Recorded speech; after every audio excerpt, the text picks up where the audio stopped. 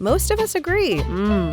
Doughnuts are delicious, yet choosing a favorite can spark a full-blown debate. Glazed or cake? Frosted or filled? Dunked or dry? Look, we aren't here to negotiate breakfast squabbles, but we can offer insight into the legends surrounding the doughnut's history.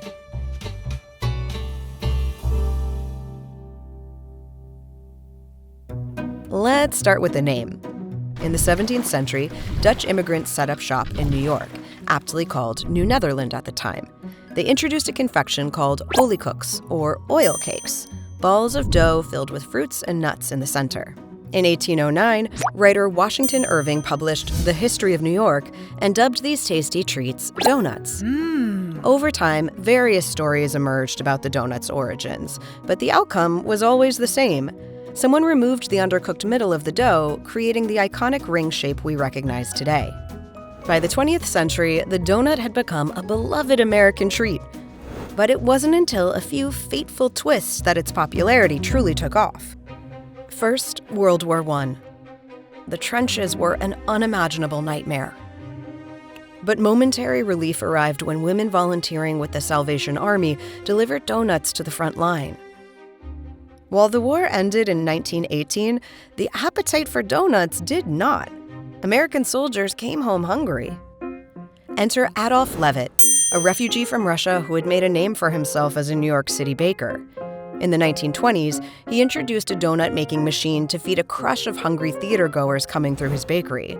Not only did customers love the doughnuts, they also came to watch the automatic machine in action. The phenomenon spread like a gooey glaze. Soon, every bakery had a donut-making machine. Then came the Great Depression. Costing less than a nickel, the doughnut was an affordable treat for those struggling to make ends meet. In a time of uncertainty, it offered comfort and familiarity. Slang for doughnuts reflected the blue-collar mood of the times: gaskets, tires, and washers. By World War II, doughnuts had reached the exalted status of comfort food. The Red Cross sent volunteers, nicknamed Doughnut Dollies, to deliver doughnuts to American soldiers in Europe and the Pacific.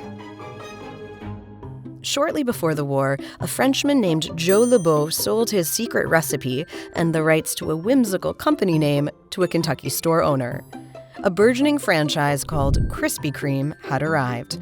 As the franchise grew, post-war prosperity mixed with commercial creativity bore a beautiful thing: the Ring King Jr., a machine that could make a fresh donut every 5 seconds. The future was here, and so were donut shops. So many donut shops. From local favorites like Stan the Donut Man and Mayflower Donuts to the rise of a little upstart called Dunkin' Donuts. Time to make the donut. While not the first to do so, Dunkin' Donuts cleverly shortened donut to donut for branding purposes, popularizing its mainstream use, especially in the U.S. Today, more than 10 billion donuts are sold in the United States every year. So what's been the secret to lasting success in the donut game? Make the donuts in public, but always keep the recipe private.